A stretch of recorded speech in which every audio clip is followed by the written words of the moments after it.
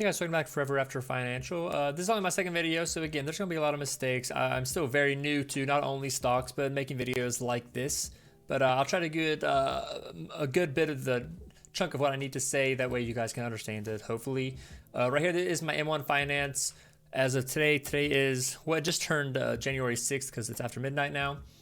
For right now, I only have 671.63 invested so far.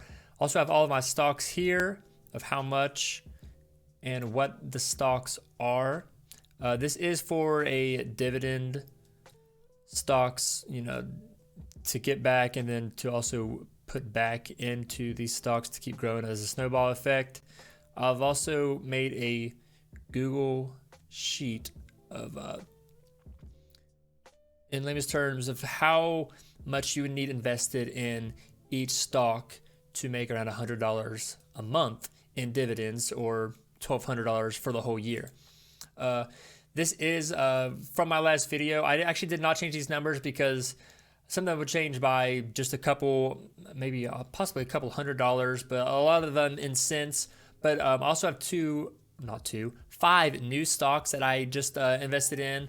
And some of these are more riskier, so a bunch of them I didn't put that much percent into my my M1 Finance, just because I don't know how it's going to perform. So I just dabbled in a little bit, just because, again, you can see by how much you need invested, for this, Orchid Island capital. You'd only need to invest, $8,000 to receive $100 a month from that. Like that's like unheard of. Even though I'm still very new to this, that's got to be unheard of. So I don't know how exactly it'll pan out. A bunch of these are still not even like 1 to 5 years like of an increase of dividend payouts.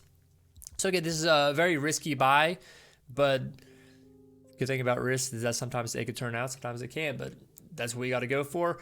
Also down here is I just put in a total just to show roughly of what you would need, because again, these would change, and you also change. Like some of these are more expensive. The JP Morgan, the Cisco, even though Syscock, I don't. That's okay.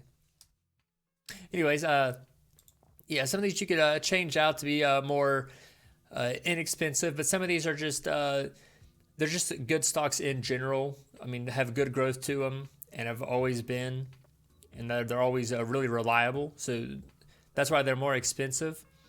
But like AT&T, that's pretty much your best dividend right now. That is still a very reliable stock to invest in. But yeah, again, if you would add all these numbers up, number would be just a little over $400,000 you need invested to make $1,700 a month in. Okay, for a second, I was actually really confused whenever I said that. I'll do a quick calculation of if you do 1,700 times 12, which that would be $20,400 a year. A year. You would make that every year if you had these stocks and everything stayed the same. You'd be making over $20,000 a year just from investing this in. Again, these are more risky, but still, for some of your retirement plans and just things in general, I think this is just a nice way to go. Which again, I mean, buyers beware. You never know if things will still pan out the way it has been. You never know, roller coaster effect. You never know what's going to be coming around the next turn. But again, I'll slowly go up through of how much percent I have of each stock. And yeah, that way you guys can see what I'm doing. That's what this is about. If you guys want to go in this direction, not want to, that's completely up to you. That's why I'm doing this, for kind of learning purposes, for not only you guys, but myself. I can keep track of what I'm doing and mistakes that I'm making.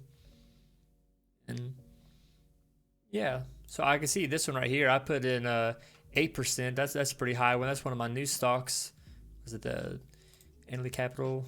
Yeah, that's one of my new ones I actually put a lot into. But again, there's plenty of sites that you can look at to do some research on it. That way you don't have to just go by my word or anything, or just my hunch of what will be good or bad. I also have a couple of I believe they're called bonds that I just have in here just to throw them in. VGIT, SPSB, Also SHI, Shy, and SHM. I think that's all of them for now. I also put it in percentage-wise. I also put a higher percent into the lower stocks, and then more of the lower percent into these higher paid stocks, just because I know these will still give me money for sure, but I'm trying to be more risky because I'm 26 right now, so I have time to be risky, and I don't have to really keep it safe. I've got a full-time job right now. I never lost through this pandemic or anything.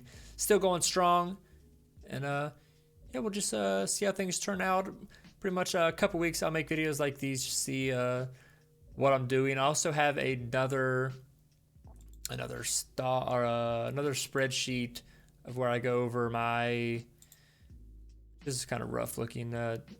Of all the dividends that I'm getting, how much I'm actually putting into each. How do I go up? Barely. What the heck? Yeah. See, like for 2020, I made around $1 in dividends thus far. This is showing how much I'm putting in every month, which I'm trying to keep it more consistent.